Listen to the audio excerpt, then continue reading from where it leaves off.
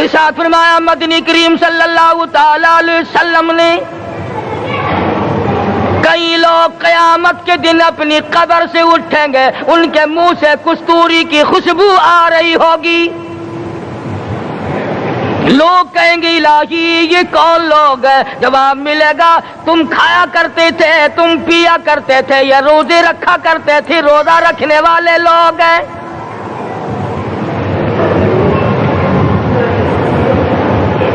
ملتان کے دوستو، اگر تمہاری یہ تمنا ہو کہ ہم قیامت کی پیاس سے بچ جائیں، 50,000 سال کی شدت والی پیاس سے بچ جائیں، قیامت کے دن والی گھبراہٹ سے بچ جائیں، قیامت کے خوفناک عذاب سے بچ جائیں، اگر 50,000 سال کی دھوپ سے بچنا چاہتے ہو، شدت سے بچنا چاہتے ہو، گرمی سے بچنا چاہتے ہو، پیاس سے بچنا چاہتے ہو، مسلم شریف کی روایت میں ہے ایک آدمی کی زبان اتنی باہر لٹک جائے گی اس پہ 18 آدمی کھڑے ہو سکے۔ ان تمام پیاسوں سے، گھبراہٹوں سے اگر بچنا چاہتے ہو، اتنی شدید گھبراہٹ آئے گی، اتنا سخت ماحول بن جائے گا، قرآن کریم کہتا ہے یا ایھا الناس اتقوا ربکم، ڈرو اپنے پروردگار سے جتنے تمہیں آنکھیں دی، اتقوا ربکم، ڈرو اس پروردگار سے جس نے زبان دی، اتقوا ربکم، ڈرو اس پروردگار سے جس نے اولاد دی، اتقوا ربکم، ڈرو اس پروردگار سے جس نے کاروبار دیا، ڈرو اس پروردگار سے جس نے ہاتھ دیے، جس نے پیر دیے، فرمایا اتقوا ربکم ان زلزلۃ الساعۃ شیء عظیم، اتنا سخت گھبراہٹ ہوگا قیامت کے دن۔ نبی کریم صلی اللہ علیہ وسلم نے فرمایا اگر کوئی اس پیاس سے بچنا چاہتا ہے، اس گھبراہٹ سے بچنا چاہتا ہے، تو ایک ہی صورت ہے کہ وہ رمضان کے روزے رکھا کرے۔ حدیث میں آتا ہے کہ قیامت کے دن اللہ پاک جل شانہ عرش عظیم کے سائے میں کچھ لوگوں کو دسترخوان پہ بٹھا کر کھانا کھلائیں گے۔ اس تباہ کاریوں والے دن، پریشان حال والے دن، جس دن یہ حال ہو، فرمایا یوم یفر المرء من اخیہ وامہ وابیہ وصاحبتہ وبنیہ، اما ابا بیوی اولاد کوئی بھی کام آنے کو تیار نہیں۔ حالات اس طرح سے دگرگوں بن جائیں گے، فرمایا کلا اذا بلغت التراقی وقیل من راق وظن انہ الفراق والتفت الساق بالساق الى ربک یومئذ المساق، فرمایا موت تمہارا کام آ کر تمام کر دے گی، یہ ہاتھ کام نہ کریں گے، یہ آنکھ کام نہ کریں گی، یہ پیر کام نہ کریں گے، یہ دل و دماغ نکما ہو جائے گا، یہ بیوی بچے کام نہ آئیں گے، یہ دھن دولت کام نہ آئے گی، تمام کا تمام نظام کائنات بیکار ہو جائے گا۔ تو خداوند کریم نے رمضان المبارک کے ساتھ ساتھ شب قدر کی حاج کی رات عطا فرمائی، اور یوں فرمایا اے میرے محبوب آپ رویا نہ کریں، آپ غمزدہ نہ ہوں، آپ پریشان حال نہ رہا کریں، میں نے تیری امت پہ کرم کر دیا، ایک رات ایسی عطا کر دی جو 1000 مہینوں سے بہتر ہے۔ اور قرآن کریم پڑھنے کا لطف میں اور آپ کیا جانیں، جاؤ ابو بکر صدیق رضی اللہ تعالیٰ عنہ سے پوچھو کیسا قرآن کریم پڑھا کرتا تھا۔ سارے کافروں نے کھڑے ہو کر کے اعتراض کیا ابو بکر کو ہم زور سے قرآن کریم نہیں پڑھنے دیں گے۔ ابو بکر قرآن پڑھتا ہے، ہماری عورتیں پر اثر انداز ہوتا ہے، ہمارے بچوں پہ اثر ہوتا ہے، اور مکے کے کافروں کا یہ بیان ہے کہ جب صدیق اکبر قرآن پڑھتا تھا پہاڑ لرز جایا کرتے تھے۔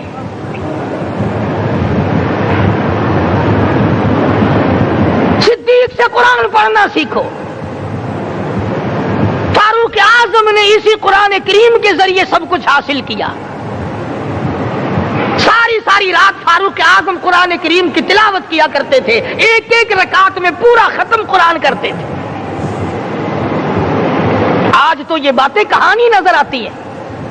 صدیق اکبر سے قرآن پڑھنا سیکھو, فاروق اعظم سے قرآن کریم پڑھنا سیکھو. سیدنا عثمان ذی النورین رضی اللہ تعالیٰ ایک رات میں اور ایک رکعت میں پورا قرآن ختم کیا کرتے تھے.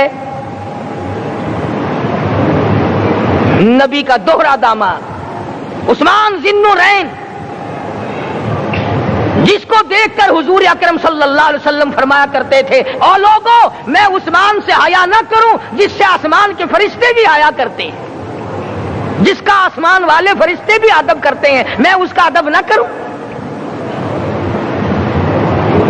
سیدنا علی مرتضی رضی اللہ تعالی عنہ ایسا قرآن کریم پڑھا کرتے تھے, سارا زمانہ شاہد ہے, سارا زمانہ گواہ ہے کہ جب وضو کرتے رنگ پیلا پڑ جاتا, مسجد میں قدم رکھتے بے ہوش ہو جاتے. کسی نے پوچھا امیر المومنین کیا بات ہے؟ فرمانے لگے اللہ کے دربار میں کھڑا ہونے لگا ہوں, ڈرتا ہوں کوئی بے ادبی نہ ہو جائے.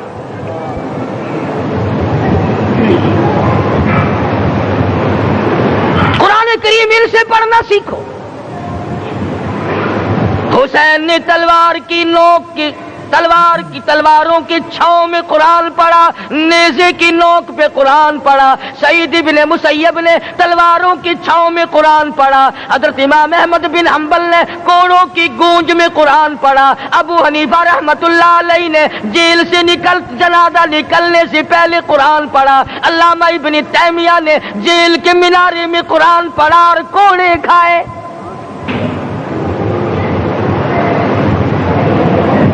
تم بھی قرآن پڑھتے ہو, جب کوئی مر جائے نا پھر قرآن پڑھتے ہیں, اور وہ بھی صحیح سالم پورا نہیں ہوتا. کیوں پڑھے؟ کوئی باپ مرے تیرا قرآن کریم پڑھے مولوی, کیوں؟ تیرے باپ کے نوکر ہے مولوی,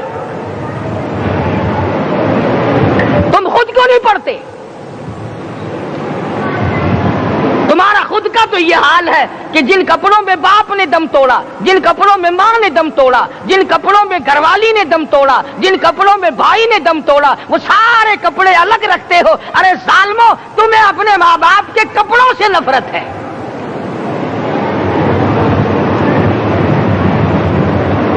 باپ کی دکان سے نفرت تو نہیں, باپ کی چارپائی سے بڑی نفرت ہے. جس بستر پہ باپ دم توڑے تم اس بستر کو نہیں استعمال کرتے.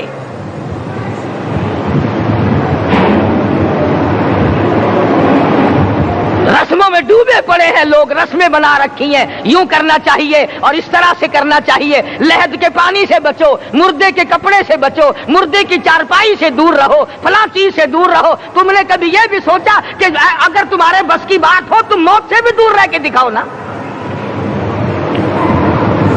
اور وہ تو یہ شکر ہے کہ اللہ پاک نے قانون موت کا اپنے ہاتھ میں رکھا, ورنہ یہ جتنے بڑے بڑے ہیں نا, یہ سارے کے سارے فرشتوں کو پیسے دے کر ہمیں مرواتے رہتے.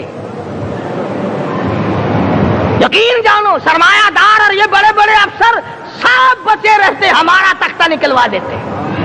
شکر ہے اسرائیل رشوت نہیں لیتا.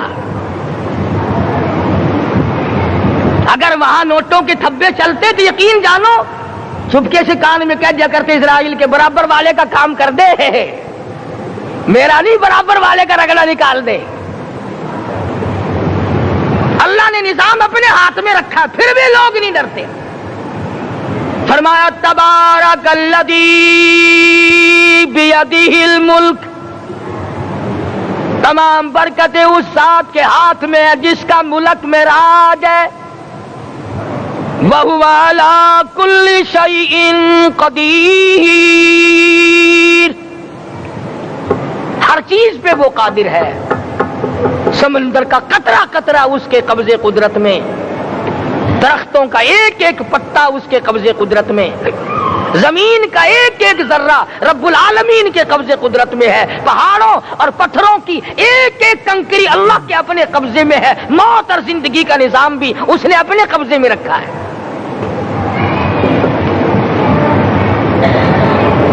قرآن کریم ان سے پڑھنا سیکھو اگر کسی نے پڑھنا ہے.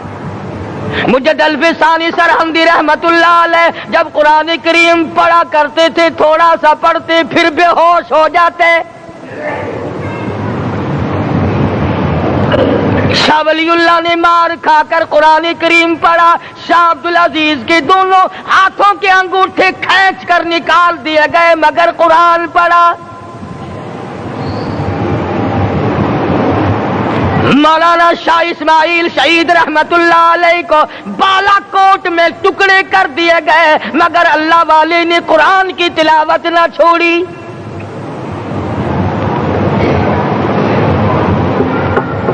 ان حضرات نے قرآن پڑھا ہے. ہمیں اگر قرآن کی لذت آ جائے, قرآن کریم کا مزہ معلوم ہو جائے, حلاوت معلوم ہو جائے, ہم تمام زندگی تلاوت ہی کرتے رہیں. حضرت لاہوری رحمت اللہ علیہ رات دن تلاوت کیا کرتے تھے. ظالم افیسروں نے برف کی سلی پہ لٹا لیا اور حضرت سے کہا گیا کہ آپ اپنے مطالبے ختم نبوت سے دستبردار ہو جائیں. تو حضرت نے جواب دیا میں جان کا سودا کر چکا ہوں, ایمان کا سودا نہیں کرتا. سید عطا اللہ شاہ صاحب بخاری سب کہہ دو رحمت اللہ علیہ جیل میں ہیں. 20 سیر گندم روزانہ پیسنے کے لیے ملتی ہے. پسا ہوا آٹا انتظامیہ کے حوالے کر دیتے ہیں. حیران ہے انتظامیہ, کس وقت چکی چلاتا ہے بخاری, کس وقت پیستا ہے, یہ تو قرآن پڑھتا رہتا ہے. سپرڈنٹ جیل نے چھاپا مار کر دیکھا, پچھلی رات کو قرآن کریم بیٹھا ہوا بخاری پڑھ رہا ہے, سورت یوسف کی تلاوت ہو رہی ہے, چکی خود بخود چل رہی ہے, دانے خود بخود اٹھ کر چکی میں پڑھ رہے ہیں. یہ حضرات تھے جنہوں نے قرآن مجید لذتوں کے ساتھ پڑھا. غازی علم الدین نے پھانسی کی کوٹڑی میں رات دن قرآن کی تلاوت کر کر کے حضور اکرم صلی اللہ علیہ وسلم کا روزانہ دیدار کیا. سلطان نور الدین زنگی رحمت اللہ علیہ ہر جمعرات کو پورا قرآن ختم کرتا تھا اور 1000 دفعہ درود شریف پڑھا کرتا تھا. مدنی کریم صلی اللہ علیہ وسلم کا خواب میں 12 دیدار کیا کرتا تھا.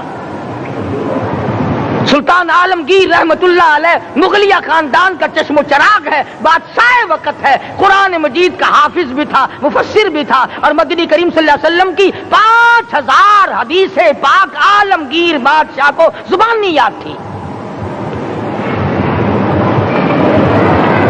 اور اتنا اچھا مسلمان آدمی تھا کہ ساری زندگی میں تہجد کی نماز قضا نہیں کی. ساری زندگی میں بادشاہ تہجد پڑھا کرتے تھے. آج تم 2 ٹکے کے آدمی تہجد نہیں پڑھتے. یہی وجہ ہے کہ ہم آج کافروں کے سامنے مرغوب ہیں, مغلوب ہیں, ان سے دبے ہوئے ہیں. کبھی اسرائیل فلسطینیوں کو مارتا ہے, کبھی لبنان کو مارتا ہے, کبھی شام پہ چڑھائی کرتا ہے. یہی وجہ, ہم نے قرآن چھوڑا, اللہ پاک نے اپنی رحمت کی چادر ہمارے سر سے اتاری. قرآن کریم کی لذت ان لوگوں کو ملی جنہوں نے ہر موڑ پہ تلاوت کی. صحابہ اکرام رضوان اللہ تعالی علیہ مجمعین میں سے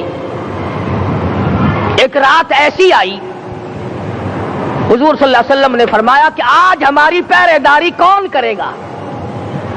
2 انصاری جوان اٹھے اور وہ کہنے لگے کہ ہم کریں گے. چنانچہ حضور صلی اللہ علیہ وسلم نے ان کو پہرے دار بنا دیا. کمال کی زندگی صحابہ کرام کی, کوئی کسی کی کوٹھی کی چوکیداری کرے گا, کوئی کسی کے بنگلے کی چوکیداری کرے گا, کوئی غلہ منڈی کی چوکیداری کرے گا, کوئی سبزی منڈی میں چوکیداری کرے گا, کوئی کپڑا مارکیٹ میں چوکیداری کرے گا, کوئی لوہا مارکیٹ میں چوکیداری کرے گا. یہ انصاری جوان کتنے خوش نصیب ہے جو کالی کملی والے کے لشکر کی چوکیداری کر رہے ہیں. دونوں نوجوانوں نے آپس میں مشورہ کیا کہ بھئی جاگنا تو ویسے بھی ذمہ لگ گیا, تو سو جا میں جاگتا ہوں. چنانچہ جاگنے والے نے سوچا کہ خالی جاگ کر کیا کروں گا, قرآن کریم کی تلاوت کروں اور نماز کی نیت باندھ کر تلاوت کروں تاکہ پروردگار عالم راضی ہو جائے. فرمایا فاذکرونی اذکرکم, واشکروا لی ولا تکفرون. تم مجھے یاد کرو میں تمہیں یاد کروں گا. اگر تم مجمع میں مجھے یاد کرو گے میں فرشتوں کے مجمع میں تمہیں یاد کروں گا. اور اگر تم مجھے تنہائی میں بیٹھ کے یاد کرو گے تو اللہ پاک جل شانہ فرماتے ہیں میں تمہیں عرش عظیم پہ یاد کروں گا. جس نوجوان نے اپنے ذمہ جاگ نہ لیا، قرآن کریم کی تلاوت شروع کر دی، نماز کی نیت باندھ کر سورت کہف پڑھنے لگا، دشمن کی طرف سے تیر لگا کمر میں، پتہ ہی نہ چلا. کیسی نماز پڑھتا ہوگا کہ اس کو پتہ ہی نہ چلا. دوسرا تیر لگا، تیسرا تیر لگا، خون بہ کر سونے والے ساتھی کے نیچے پہنچا. اس نے اٹھ کر شور مچایا نماز ختم کر دشمن آ گیا. چنانچہ جب نماز ختم کی تو کمر پہ ہاتھ لگا کر کہنے لگا کہ میری کمر میں تو تیر چبھے ہوئے ہیں. انہوں نے کہا تجھے پتا نہیں؟ کہنے لگا نہیں مجھے کوئی پتا نہیں. اب وہ صحابی کھینچ کر نکالنے لگا. وہ جس کو لگے ہوئے تھے وہ کہنے لگا کہ اب تو دکھ ہوتا ہے، میں دوبارہ نیت باندھتا ہوں، قرآن پڑھنے لگوں گا، پھر نکالنا مجھے پتہ نہ چلے گا. اور مسلمانوں خدا کی قسم نبی کے دیوانوں نے، نبی کے پروانوں نے ایسا قرآن پڑھا تیر چبھتے گئے پتہ ہی نہ چلا.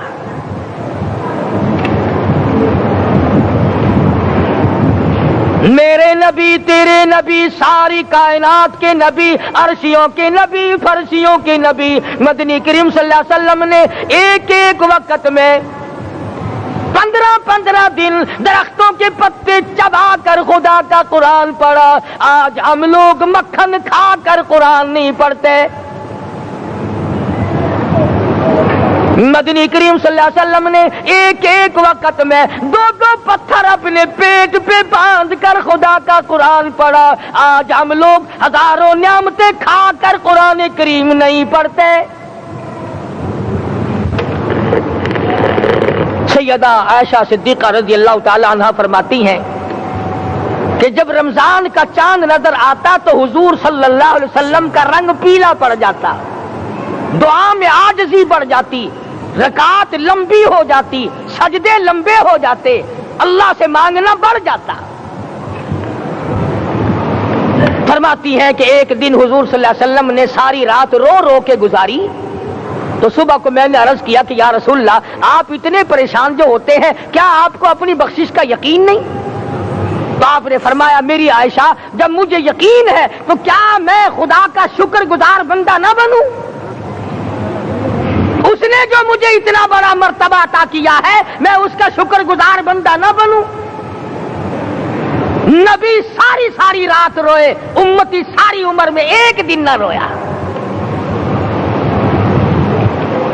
فرمایا ان تعذبهم فإنهم عبادك، ان تعذبهم فإنهم عبادك وَإِن تَغْفِرْ لَهُمْ فَإِنَّكَ أَنْتَ الْعَزِيزُ الْحَكِيمُ. ساری رات گزار دی اسی آیت کو تلاوت کرتے کرتے. محمد عربی صلی اللہ علیہ وسلم نے او میرے رب اگر تو ان کو عذاب دے تو یہ تیرے بندے ہیں، اور اگر معاف کر دے گا تو تیرے خزانے میں کوئی کمی نہیں. وَإِن تَغْفِرْ لَهُمْ فَإِنَّكَ أَنْتَ الْعَزِيزُ الْحَكِيمُ. تو بخشنے والا ہے، تو غالب اور حکمتوں کا مالک ہے، تیرے یہاں کون سی کمی آ جائے گی؟ صحابہ کرام تو جیا کرتے تھے اسی کے سہارے سے.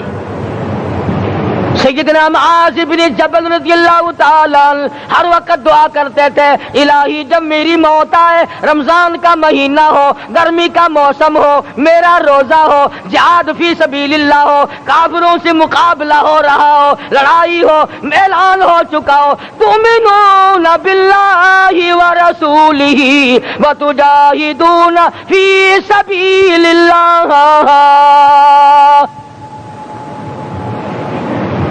حضرت معاذ دعا کرتے ہیں کہ میں تو یہ دعا کرتا ہوں کہ گرمی ہو، میرا روزہ ہو، کفار سے مقابلہ ہو، وہ میرے ٹکڑے کر دیں، میری زبان کاٹ دیں، تیری عدالت ہو، میری پیشی ہو۔ جب میرا خدا پوچھے معاذ دنیا سے کیا لایا، عرض کروں الہی زبان کٹا کے آیا ہوں، روزہ رکھ کر آیا ہوں، ارادہ یہ ہے کہ تیرے محبوب کے حوض کوثر سے روزہ افطار کروں گا۔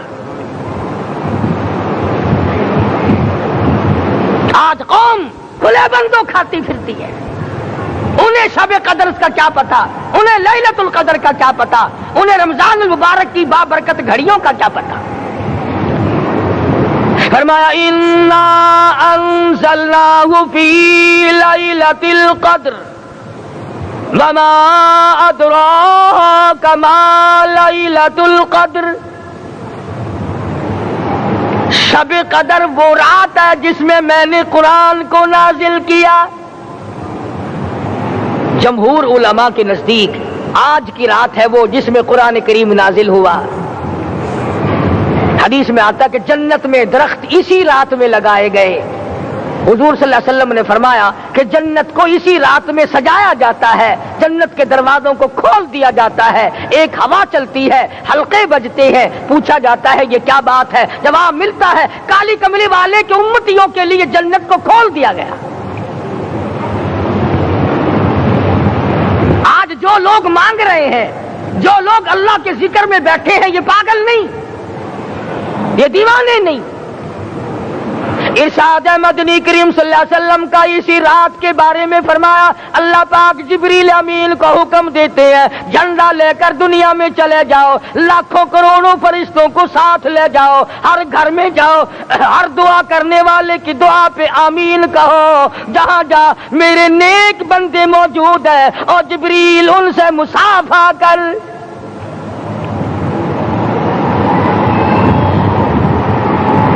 قسم کا آدمی آج بھی محروم ہے، مرد بھی عورتیں بھی کان کھول کر سن لیں، چار قسم کے آدمی آج کی رات بھی اللہ کی رحمت سے محروم ہے، شب قدر کی برکتوں سے محروم ہے، سعادتوں سے محروم ہے، رمضان کی خوشبختیوں سے محروم ہے۔ چار قسم کا آدمی۔ سب سے پہلا شرک کرنے والا، اللہ کی ذات میں صفات میں کسی ولی کو، کسی پیر کو، کسی فقیر کو، کسی پیغمبر کو، کسی غوث قطب اور ابدال کو جو شریک کرتا ہے، نہ اس کو شب قدر کام آتی ہے، نہ رمضان کام آتا ہے۔ شرک اتنی بری لعنت ہے کہ تمام اعمال کی جڑیں اکھاڑ کر پھینک دیتا ہے۔ آج مسلمان چلاک بڑے ہیں، اگر ہندو پتھر کا بت بنا کر پوجے تو وہ تو کافر ہے، اور مسلمان قبر بنا کر پوج لیں تو وہ پکا مومن ہے۔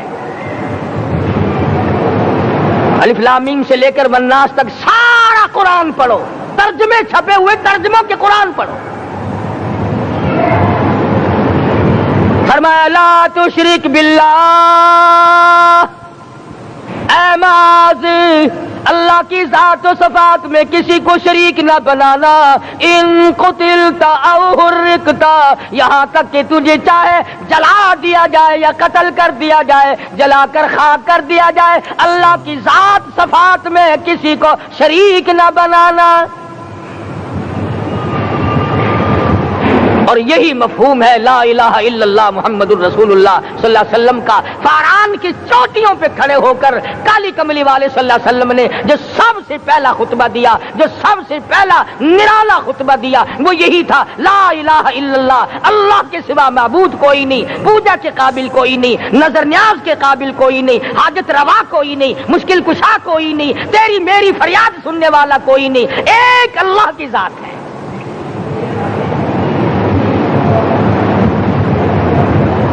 آج تو لوگ درختوں کی پوجا الگ کرتے ہیں، پانی کی پوجا الگ کرتے ہیں، قبروں کی پوجا الگ کرتے ہیں، اور پھر مومن کے مومن ہیں۔ تو چار قسم کے آدمی اس رات میں بھی اللہ کی رحمت سے محروم ہے۔ سب سے پہلا شرک کرنے والا،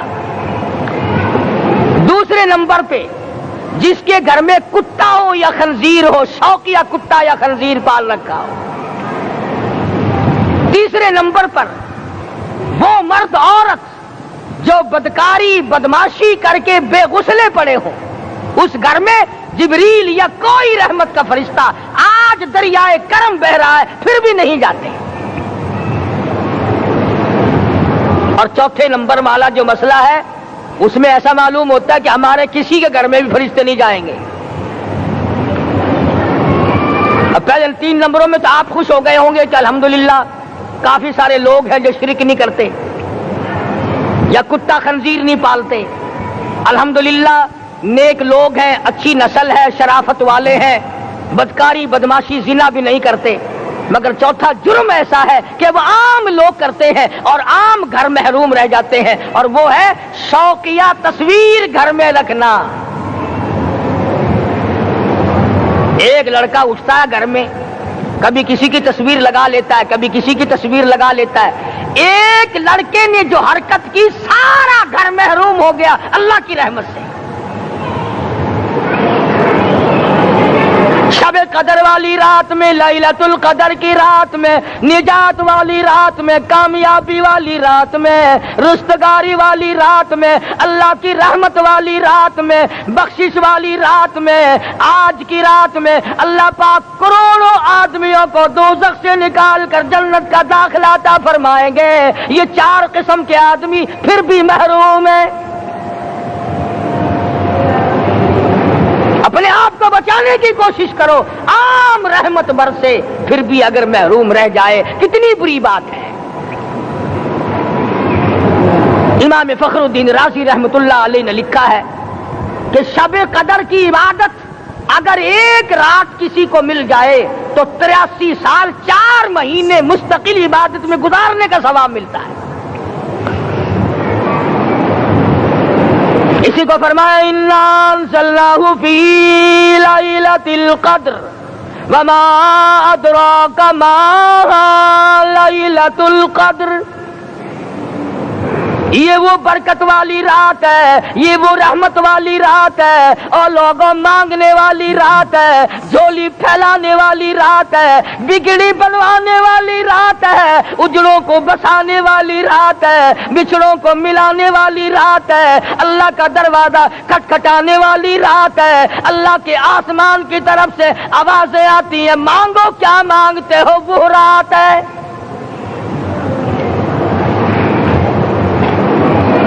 اب نبی کریم صلی اللہ علیہ وسلم کی زبان مبارک پر اگر کوئی یقین نہ کرے تو اس کا کیا علاج ہے؟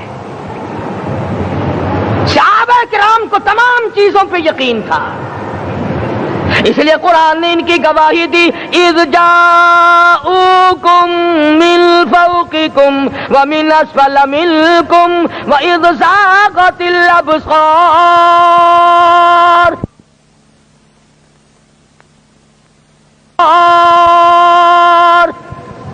وبلغت القلوب الحناجر. فرمایا کہ صحابہ کے سانس گلے میں اٹک گئے تھے، پیاس اور بھوک کی وجہ سے میدان جہاد میں کھڑے تھے، پریشان حال تھے، مگر پھر بھی اتنا مضبوط ایمان تھا. کہتے تھے وما زادہم الا ایمانا و تسلیما. ہمارا نبی سچا، ہمارا خدا سچا، ہمارا قرآن سچا. بے شمار واقعات قرآن کریم پیش کرتا ہے صحابہ کرام کے کہ انہوں نے اپنی زندگی میں کبھی بھی اس قسم کا کام نہیں کیا جو جس سے اسلام بدنام ہوتا ہو.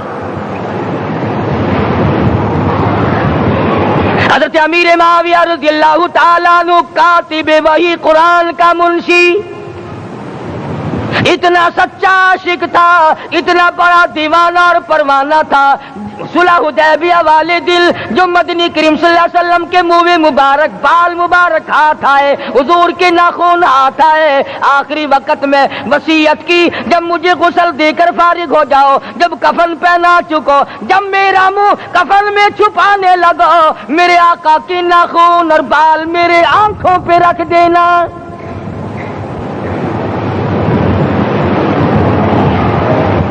اس قدر جذبہ تھا ان حضرات میں. اور نماز کبھی کسی صحابی نے قضا نہیں کی. آج کا مسلمان تو کسی معاملے میں بھی نہیں لڑتا. حضور صلی اللہ علیہ وسلم نے مکروز میت کی نماز جنازہ کبھی نہیں پڑھائی. آج جس نے کسی کا قرضہ دینا ہو وہ پرواہ ہی نہیں کرتا، نہ موت سے ڈرتا ہے، نہ قبر سے ڈرتا ہے، نہ حشر سے ڈرتا ہے، نہ اللہ کے عذاب سے ڈرتا ہے۔ جب بھی کوئی مر جاتا حضور اکرم صلی اللہ علیہ وسلم تشریف لاتے، پہلے پوچھتے اس کے ذمے کسی کا قرضہ تو نہیں، یا کوئی ضامن بنتا، اور یا خود حضور صلی اللہ علیہ وسلم فرماتے کہ میں قرضہ ادا کروں گا، پھر آپ جنازے کی نماز پڑھایا کرتے تھے۔ اتنے بڑے جذبے کے مالک تھے صحابہ کرام کہ انہوں نے کسی موڑ پہ بھی حضور صلی اللہ علیہ وسلم کو یوں خالی نہ چھوڑا، تنہا نہ چھوڑا، آپ کے ساتھ نہ چھوڑا، قرآن کریم کے حکموں کی کبھی بھی خلاف ورزی نہ کی۔ یہی وجہ تھی کہ اللہ پاک نے ان کو پوری دنیا کا مالک بنایا۔ کابل سے لے کر طرابلس تک کا علاقہ صحابہ کرام نے تمہیں فتح کر کے دیا، اور ظالم مسلمانوں آج صحابہ نے جو علاقے تمہیں فتح کر کے دیے تھے آج وہاں کفر دندنا رہا ہے۔ تم نے کفر کے جھنڈے لہرائے، تم نے کفر کے حوالے کیا مسلمانوں، اور پھر تان صحابہ پہ کرتے ہو۔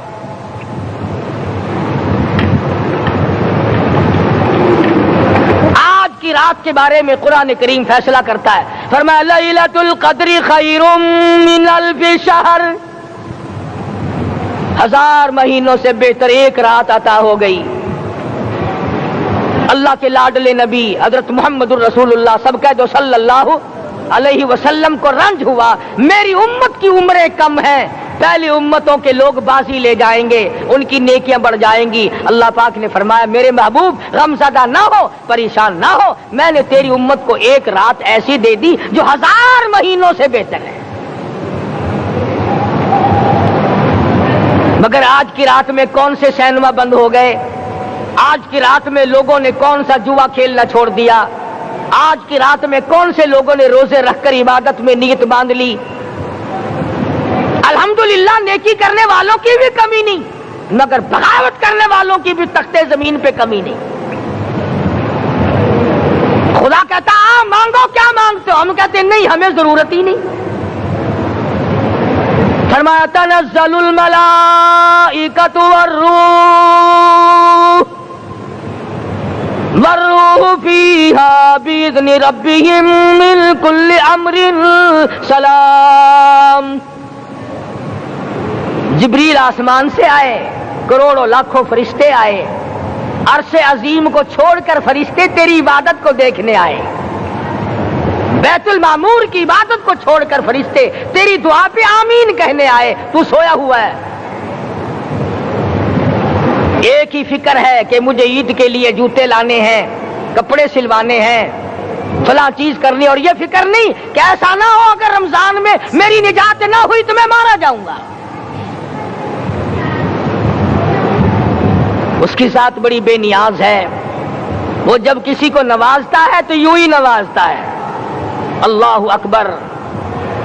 ساری ساری رات رونے والے لوگ، فرمایا والذین یبیتون لربہم سجدا وقیاما، وہ لوگ کامیاب ہیں جن کی راتیں سجدوں میں بیت گئی۔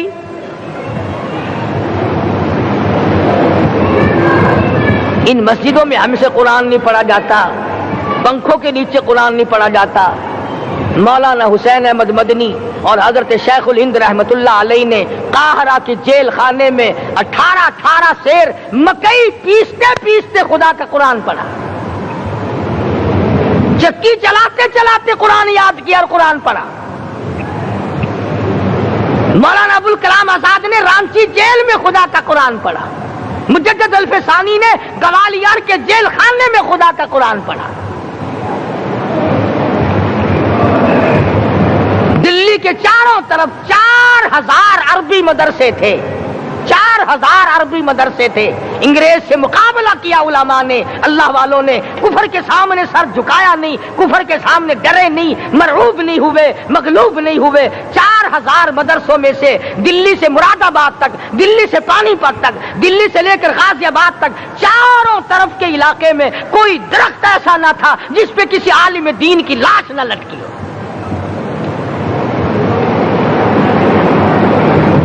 اسلام کی حفاظت بابو نے نہیں کی، اسلام کی حفاظت انگریزی خانوں نے نہیں کی، بوریاں نشینوں نے کی ہے، مسجد میں بیٹھنے والوں نے کی ہے، لوٹے سے وضو کرنے والوں نے کی ہے، سوکھے ٹکڑے کھانے والوں نے قرآن کی حفاظت کی ہے، انگریزی خانوں نے نہیں کی ہے۔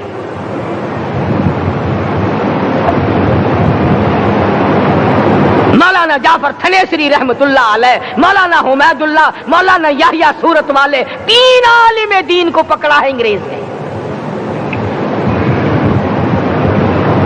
کالے پانی میں جاؤ، کئی میل لمبا چوڑا قبرستان جا کے وہاں دیکھو گے اور ان کی قبروں کے پاس کھڑے ہو کے پوچھنا تم یہاں کیوں آئے تھے، خدا کی قسم سارے تمہیں جواب دیں گے ہم اپنی قوم کے ساتھ وفاداری کرتے ہوئے آئے ہیں۔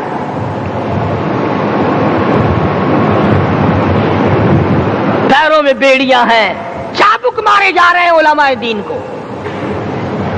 امبالے کی جیل میں روزانہ پٹائی ہوتی، روزانہ مارا جاتا ہے۔ لاہور تک گھسیٹ کر لایا گیا، 20 سیر لوہا علماء کے، اللہ والوں کے پیروں میں ڈال رکھا ہے۔ تم نے تو صرف یہی سوچا ہے نا کہ کوئی مر جائے گا تو چھولوں پہ بیٹھ کے قرآن پڑھیں گے، نہیں نہیں، اللہ والوں نے پیروں میں بیڑیاں پہن کر قرآن پڑھا، ہاتھوں میں ہتکڑیاں پہن کر قرآن پڑھا، چابک اور کوڑوں کی سائے میں قرآن پڑھا، تلوار کی نوک پہ قرآن پڑھا۔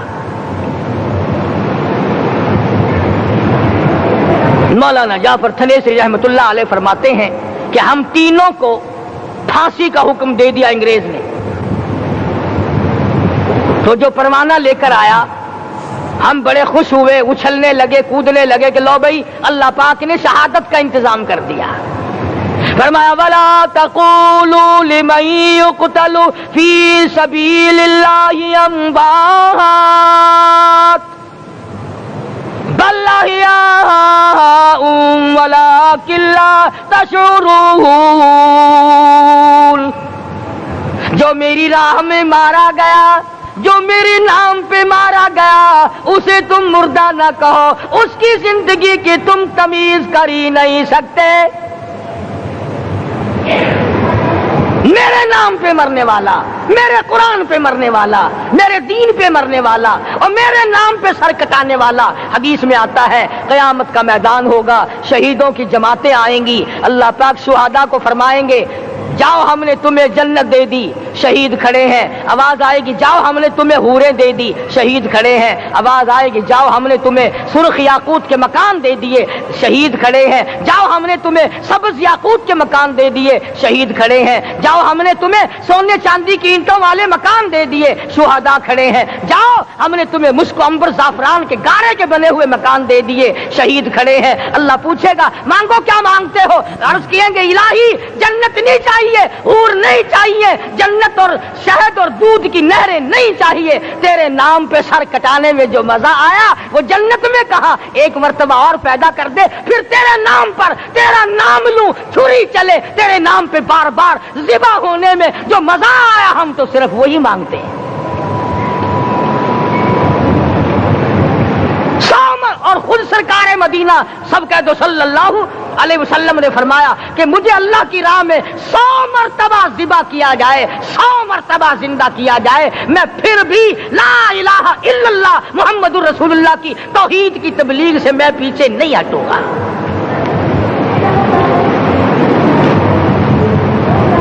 کبھی تو غور کرو عقل مند ہو سارے کہ آج مسلمان کیوں مار کھا رہا ہے؟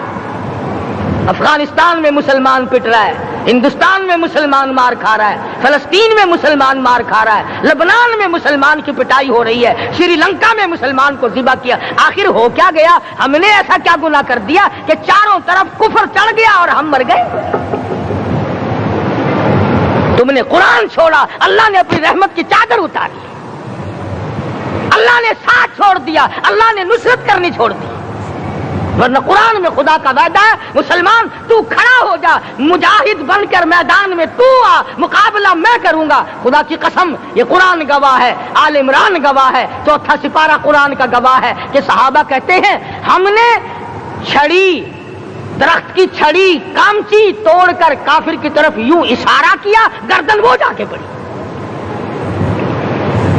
میدان بدر میں مرنے والے کافروں کا بیان ہے کہ ہمیں انہوں نے نہیں مارا، ہمیں تو کسی اور نے مارا ہے۔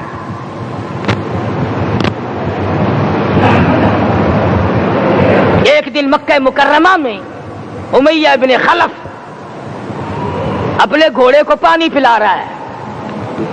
اللہ پاک بیت اللہ کی ہر مسلمان کو زیارت نصیب فرمائے. حضور صلی اللہ علیہ وسلم نے پوچھا کیا کر رہا ہے؟ کہنے لگا گھوڑے کو پانی پلا رہا ہوں, تیار کر رہا ہوں گھوڑا, نعوذ باللہ اس پہ چڑھ کر تجھے قتل کروں گا. کس کو کہتا ہے؟ محمد عربی صلی اللہ علیہ وسلم کو دھمکی دیتا ہے. مکے کا چودھری, مکے کا سردار, مکے کا ایک رئیس امیہ بن خلف سرکار دو جہاں حضرت محمد الرسول اللہ صلی اللہ علیہ وسلم کو دھمکی دیتا ہے میں اس گھوڑے پہ چڑھ کر تجھے قتل کروں گا. حضور صلی اللہ علیہ وسلم نے جواب بن ارشاد فرمایا انشاءاللہ میں ہی تجھے قتل کروں گا, میں ہی تجھے قتل کروں گا. بات آئی گئی ہو گئی. میدان بدر میں امیہ حضور کے سامنے آیا. ایک جال کے درخت کی پتلی سی چھڑی تھی. حضور صلی اللہ علیہ وسلم نے اس کے کندھے پہ مار دی. امیہ بن خلف کے کندھے پہ جال کی چھڑی مار دی, پتلی سی. یوں لکھا کتابوں میں گدھے کی طرح رینگتا تھا, چیختا تھا, چلاتا تھا, ہائے مر گیا, ہائے مر گیا, تباہ ہو گیا, برباد ہو گیا.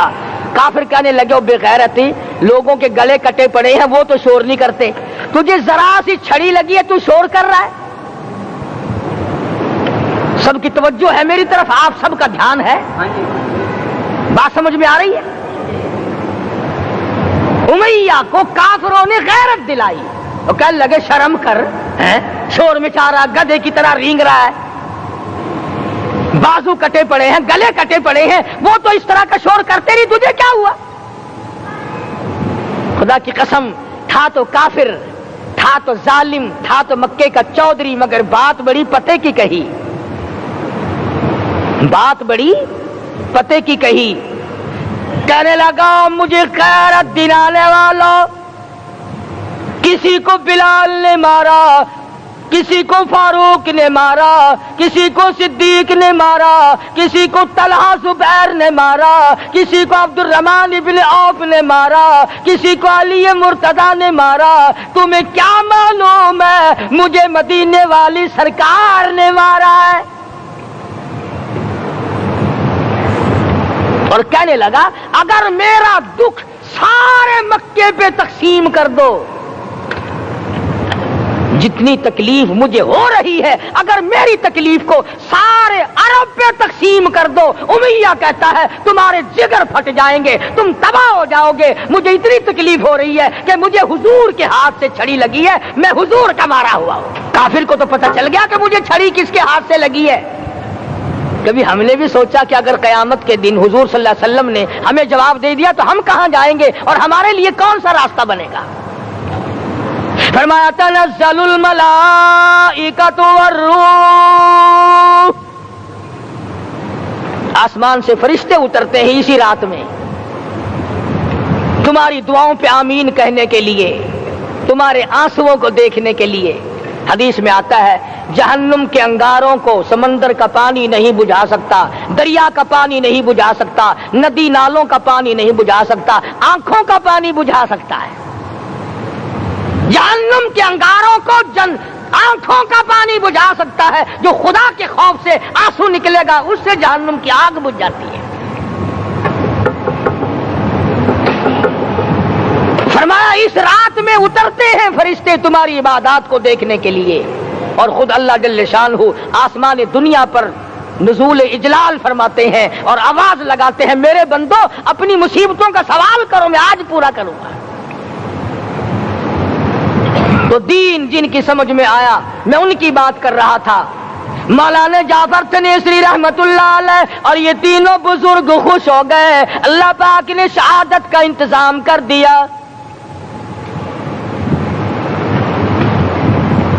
وہ جو پروانہ لے کے آیا تھا پھانسی کا, وہ انگریز افسر کو جا کے کہنے لگا کہ مولوی تو خوش ہو رہے ہیں, پھانسی آنے پر تیار ہیں. انگریز کہنے لگا ہم نے مولویوں کو خوش نہیں ہونے دینا, ہم نے پھانسی کینسل کر دی.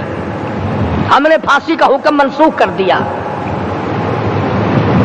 مولانا کالے پانی کی کتاب میں لکھتی ہے جب مجھے پھانسی کی اطلاع ملی تھی میں نے رات کو درخت کے پتے چبا کر روزے کی نیت کر لی، اپنے رب کی حضور میں جاؤں تو روزہ دار ہو کر جاؤں۔